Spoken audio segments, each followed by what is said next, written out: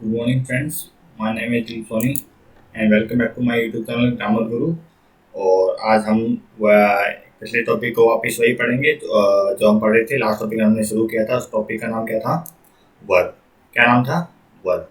तो वर्ब के बारे में मैंने ऑलरेडी दो पार्ट में काफ़ी कुछ बता रखा है, जैसे पार्टिसिपल क्या होता है, मॉडल क्या होता है, वर्ब की फर्स्ट फॉर्म क्या होती है, वर्ब की सेकंड फॉर्म, वर्ब की थर्ड फॉर्म, पास्ट पार्टिसिपल क्या होता है। इन चीज़ों के बारे में हमने इस दो वीडियो में डिस्कस कर रखा है। अब हम जो आगे पढ़ रहे हैं उसके बारे में पढ़ रहे हैं मॉडल।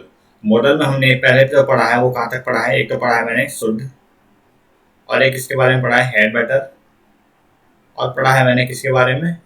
और टू, और किसके बारे में पढ़ा है मैंने? वुड के बारे में। तो ये सब चीज़ें तो हमने पढ़ ली थी। आज बात करेंगे यूज टू के बारे में। जैसा कि मैंने पहले बताया था कि जो दो मॉडल होते हैं, एक तो होता है वुड, कौन होता है? एक वुड होता है, और एक क्या होता है? Use to. कौन सा? Use to. ये दोनों क्या करते हैं? किसके बारे में बताते हैं? पास्ट हैबिट्स के बारे में। इसके बारे में बताते हैं? पास्ट हैबिट्स के बारे में। तो पास्ट हैबिट्स के बारे में ये दोनों बताते हैं। मैंने कहा इन दोनों में डिफरेंस कैसे पता करेंगे कि कहाँ पे कौन सा वर्ड आएगा। तो क्या होता है, जब भी एक सेंटेंस आए, एक सेंटेंस में क्या है? एक्शन वर्ब आए। क्या है? Action verb.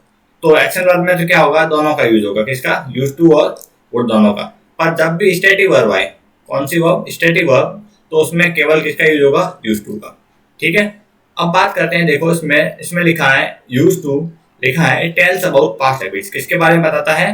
पास्ट हैबिट्स के बारे में। मतलब जो अपनी पास्ट की जो हैबिट्स थी, तो पुरानी आते थे, उसके बारे में ये शो करने के लिए मॉडल का यूज करते हैं। फर्स्ट नंबर सेंटेंस लिखा है ही यूज टू स्टडी हार्ड। वो कैसे स्टडी करता था? हार्ड। तो मैंने कहा कैसे का जवाब मिल रहा है। पर अब देखो क्या होता है, जब भी यूज टू के बाद वी फर्स्ट आ रहा है, इसका मतलब क्या है? मॉडल है। कैसे? जैसे मैंने पहले आपको पढ़ाया था कि भाई मॉडल जब होता है, मॉडल के बाद क्या आती है? वर्ब की फर्स्ट फॉर्म आती है ऑलवेज, विदाउट एनी टू।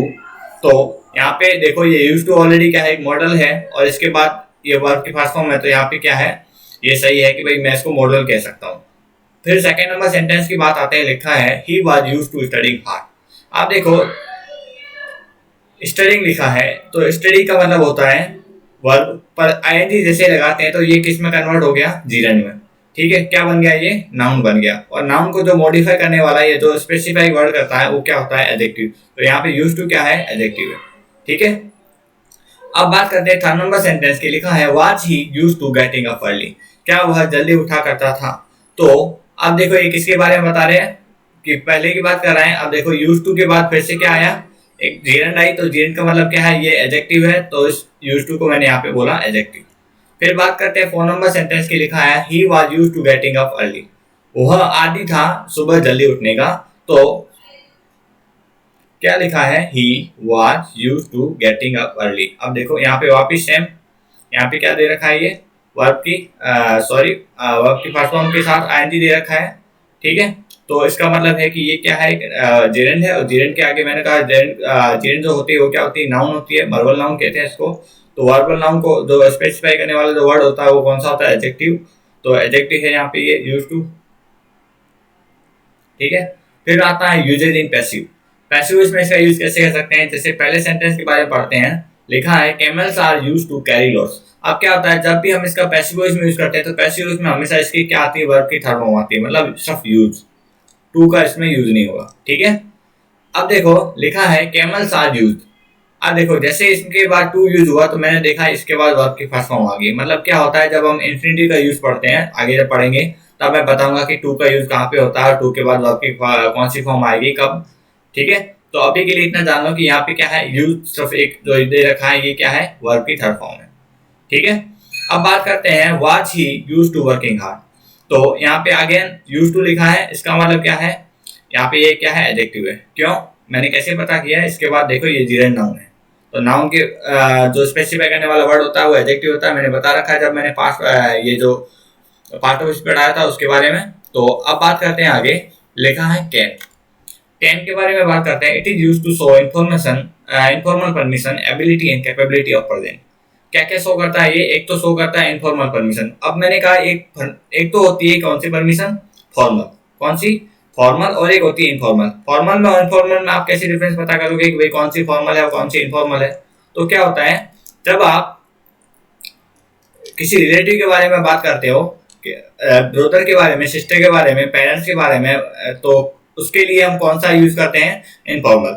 और जब हम किसी ऑफिसर के बारे में बात करते हैं, किसी ऐसे मतलब आदमी के बारे में बात करते हैं जो जॉब पे है, ठीक है, हम किसी अथॉरिटी से बात कर रहे हैं तो वो फॉर्मल है, ठीक है। तो फॉर्मल परमिशन मतलब जैसे मैंने कहा कि मैं एक स्कूल में हूँ और स्कूल में मुझे क्या ना सर से परमिशन चाहिए आउटसाइड जाने की, तो मैं क्या कहूँगा, मे आई गो आउटसाइड, ठीक है, ना कि मैं ये कहूँगा कैन आई गो आउटसाइड, क्योंकि कैन का यूज कहाँ पे होता है, इनफॉर्मल परमिशन के लिए, और मे का यूज कहाँ पे होता है, फॉर्मल परमिशन के लिए। अब देखो बात नंबर करते हैं, फर्स्ट नंबर सेंटेंस के लिखा है he can lift the weight, वह वेट उठा सकता था, तो ये क्या है, इसकी क्या है, एबिलिटी। क्या है ये, एबिलिटी। अब देखो फिर मैंने देखा, सॉरी एबिलिटी नहीं कह सकते इसको, कैपेसिटी कहेंगे इसको, ठीक है, हाँ इसको क्या बोलेंगे, कैपेसिटी, ठीक है। और ही कैन स्पीक इंग्लिश, ये उसकी एबिलिटी है, तो इसको मैं यहाँ पे क्या लिखूंगा, ये एबिलिटी शो कर रहा है। तो मेरे को जब दिखा कि भाई यहाँ पे एबिलिटी शो हो रही है और कैपेसिटी शो हो रही है, तो अगर मैं प्रेजेंट कैपेसिटी और प्रेजेंट एबिलिटी की बात करता हूँ तो उसमें किसका यूज होता है, कैन का। फिर बात करते हैं थर्ड नंबर सेंटेंस के लिखा है you can leave the hall after exam is over. अब देखो ये क्या बता रहा है, एक व्यक्ति है उसको परमिशन दे रहा है, देखो तो परमिशन दे रहा है मतलब क्या कह रहा है कि आप इस हॉल को छोड़ सकते हो जैसे एग्जाम ओवर हो जाएगा। तो ये कौन सी परमिशन है, इनफॉर्मल परमिशन है, कौन सी है, इनफॉर्मल, ठीक है। फिर बात करते हैं, लिखा है 4 नंबर सेंटेंस कैन आई कम इन। तो अब देखो ये नॉर्मल परमिशन मांग रहा है, किसी रिलेटिव से मांग रहा होगा, तो यहाँ पे कैन आई कम इन का मतलब है यहाँ पे कौन सी परमिशन है, इनफॉर्मल परमिशन है, कौन सी है, इनफॉर्मल, ठीक है। बात करते हैं 5 नंबर सेंटेंस की, लिखा है मे आई कम इन। आप देखो ये किसी जब ऑफिसर से या फिर किसी टीचर से जब परमिशन मांग रहे हैं तो इसके लिए हम किसका यूज करते हैं, मे का। तो ये कौन सी परमिशन है, फॉर्मल परमिशन है, ठीक है।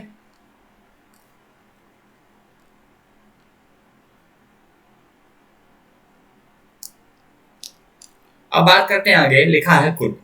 कुड क्या होता है, ये कैन का पार्ट होता है और इसका यूज कहाँ पे होता है, it is use to show polite request. किसका इसका यूज होता है, पोलाइट रिक्वेस्ट। और एक किसका यूज होता है, पहले मैंने बताया था वुड का। और इसका यूज होता है ability and capability of past, past की जो एबिलिटी है, एबिलिटीज है या कैपेबिलिटीज है उसको शो करने के लिए। जैसे पहला सेंटेंस लिखा है he could swim across the river when he was young, वह उस रिवर के अक्रॉस तक तैर सकता था जब वह यंग था। तो पास्ट की एबिलिटी के बारे में बता रहा है, तो ये मैंने क्या लिखा है यहाँ पे, पास्ट एबिलिटी। क्या लिखा, पास्ट एबिलिटी। फिर मैंने लिखा कि could you lend me some money, क्या तुम मुझे कुछ पैसे उधार दे सकते हो। तो इसका मतलब क्या करा है, पोलाइट रिक्वेस्ट है इसकी। और पोलाइट रिक्वेस्ट में दो ही वर्ड आते हैं, या तो कुड या वुड आता है। तो मैंने कहा अगर ऑप्शन में दोनों होंगे तब तो वैसे चांसेस रेयर है कि ऐसा ना हो। ऑप्शन में या तो कुड आ सकता है या कैन आ सकता है, या कैन आएगा और वुड आ सकता है। तो यहाँ पे क्या है, ये पोलाइट रिक्वेस्ट है, ठीक है। अब बात करते हैं थर्ड नंबर सेंटेंस की, लिखा है कुड यू हेल्प मी, क्या तुम मेरी मदद कर सकते हो। ये भी क्या है कि रिक्वेस्ट है, कौन सी है, पोलाइट रिक्वेस्ट, ठीक है। फिर बात करते हैं सेंटेंस नंबर 4 की, लिखा है he could work for late hour, वह लेट ओवर्स के लिए मतलब काफी टाइम के लिए वर्क कर सकता है। तो ये क्या उसकी एबिलिटी है, ठीक है। तो एबिलिटी के बारे में बता रहा है, तो एबिलिटी कौन सी है, ये पास्ट की। बात करते हैं 5 नंबर सेंटेंस की, because of heavy rain the students could not attend the school. अब ये क्या बता रहा है, रीजन बता रहा है, ठीक है। तो ये पास्ट के बारे में बता रहा है, तो रीजन बताने के लिए भी किसका यूज किया मैंने, कुड का। Student could not attend the school, past के बारे में बता रहा है। फिर आते हैं आगे, लिखा है मे। मे क्या होता है, it is use in present and future tense. कहाँ पे यूज होता है इसका, एक तो प्रेजेंट टेंस में और एक फ्यूचर टेंस में। मतलब इसका यूज पास्ट टेंस में नहीं होता है। कहाँ पे यूज नहीं होता है, पास्ट टेंस में। फिर बात करते हैं, लिखा है it is use to show strong possibilities of present, formal request, wishes, blessing and purpose. क्या क्या यूज करने के लिए, क्या क्या बताने के लिए यूज होता है। एक तो होता है possibility of present, strong possibility. कैसी, रिमोट पॉसिबिलिटी और स्ट्रॉन्ग होती है। रिमोट में क्या होता है, कम संभावना होती है, स्ट्रॉन्ग पॉसिबिलिटी में मतलब अधिक संभावना होती है। और फिर है एक फॉर्मल रिक्वेस्ट। फॉर्मल रिक्वेस्ट मैंने बताया, अभी डिफरेंस पता किया आपने। और फिर मैंने बताया इसमें क्या यूज होता है, विशेष के लिए और ब्लेसिंग और पर्पस बताने के लिए। तो पहला सेंटेंस लिखा है मे आई कम इन, इसमें क्या बता रहा है, परमिशन मांग रहा है, परमिशन कौन सी है, फॉर्मल है, ठीक है, तो फॉर्मल परमिशन के लिए किसका यूज हुआ, मे का। और फिर सेकंड नंबर लिखा है this tablet may produce side effect, तो ये क्या बता रहा है, इसका इफेक्ट बता रहा है, ठीक है, तो इफेक्ट के बारे में मैंने बताया, तो इफेक्ट के लिए कौन सा यूज हुआ, मॉडल मे, ठीक है। फिर थर्ड नंबर सेंटेंस में लिखा है ही मे गो टू दिल्ली टुमारो, तो वह कल दिल्ली जा सकता है, तो ये क्या है, स्ट्रॉन्ग पॉसिबिलिटी है, ठीक है, तो ये भी किस में कन्वर्ट होगा, सॉरी कन्वर्ट नहीं, आई मीन इसमें कौन सा मॉडल आएगा, मे आएगा, ठीक है, क्योंकि इसमें स्ट्रॉन्ग पॉसिबिलिटी शो हो रही है। फिर फोर्थ नंबर सेंटेंस लिखा है may God give you immense success, इसमें क्या बात कर रही है, विशेष की बात कर रही है, ब्लेसिंग की बात कर रहे हैं, तो ब्लेसिंग किसमें काउंट होती है, मे में, तो यहाँ पे मे का यूज हुआ। फिर लिखा है we eat so that we may love, हम इसलिए खाते हैं ताकि हम जिंदा रह सकें, तो ये क्या हमारा पर्पज है, और पर्पज शो करने के लिए कौन सा मॉडल यूज होता है, मे का। फिर बात करते हैं 6 नंबर सेंटेंस की, लिखा है it may rain as there are black clouds in the sky, यहाँ पे बरसात हो सकती है क्योंकि जो स्काई है वहां पे क्या है, काले बादल है, तो ये क्या बता रहा है, स्ट्रॉन्ग पॉसिबिलिटी बता रहा है, स्ट्रॉन्ग पॉसिबिलिटी किसकी है, प्रेजेंट की, तो इसका मतलब यहाँ पे कहने मैंने क्या यूज किया, मे का। फिर बात करते हैं आगे एक सेंटेंस आगे एक नई मॉडल की जिसका नाम है माइट। माइट क्या होता है, ये it is used in present past and future tense, इसका यूज तीनों टेंस में होता है, एक तो प्रेजेंट, एक पास्ट में और एक फ्यूचर टेंस में। फिर बात करते हैं it is used to show strong possibilities of past remote possibilities of present, इसका यूज कहाँ पे होता है, एक तो strong possibility of past, may का यूज कहाँ पे था, स्ट्रॉन्ग पॉसिबिलिटी ऑफ प्रेजेंट, और इसका use strong possibility of past का बताने के लिए, और remote possibility of present, present की रिमोट पॉसिबिलिटी को बताने के लिए माइट का यूज करते हैं। जैसे पहले सेंटेंस लिखा है इट माइट रेन टुनाइट, आज बरसात हो सकती है, मतलब ये प्रेजेंट की बात कर रहा है, तो बरसात हो भी सकती है, नहीं भी हो सकती, क्या चांसेस है, इसने कोई हिंट नहीं दिया, तो यहाँ पे क्या है, रिमोट पॉसिबिलिटी है, क्या है, रिमोट पॉसिबिलिटी ऑफ प्रेजेंट, क्या है, रिमोट पॉसिबिलिटी ऑफ प्रेजेंट। फिर बात करते हैं सेकंड नंबर सेंटेंस की, the roads are wet it might rain here, अब देखो जो रोड क्या है, गीली है, इसका मतलब है यहाँ पे बरसात हो रखी है, तो ये क्या बता रहा है, पास्ट की स्ट्रॉन्ग पॉसिबिलिटी के बारे में बता रहा है, तो ये क्या है, स्ट्रॉन्ग पॉसिबिलिटी ऑफ पास्ट, क्या है, स्ट्रॉन्ग पॉसिबिलिटी पास्ट, ठीक है। फिर बात करते हैं थर्ड नंबर सेंटेंस में लिखा है he said that he might come, उसने कहा था कि वह आएगा, ठीक है, अब उसने कहा था कि वह आएगा, मतलब वो आ भी सकता है, नहीं भी आ सकता, तो ये क्या है, रिमोट पॉसिबिलिटी है, ठीक है।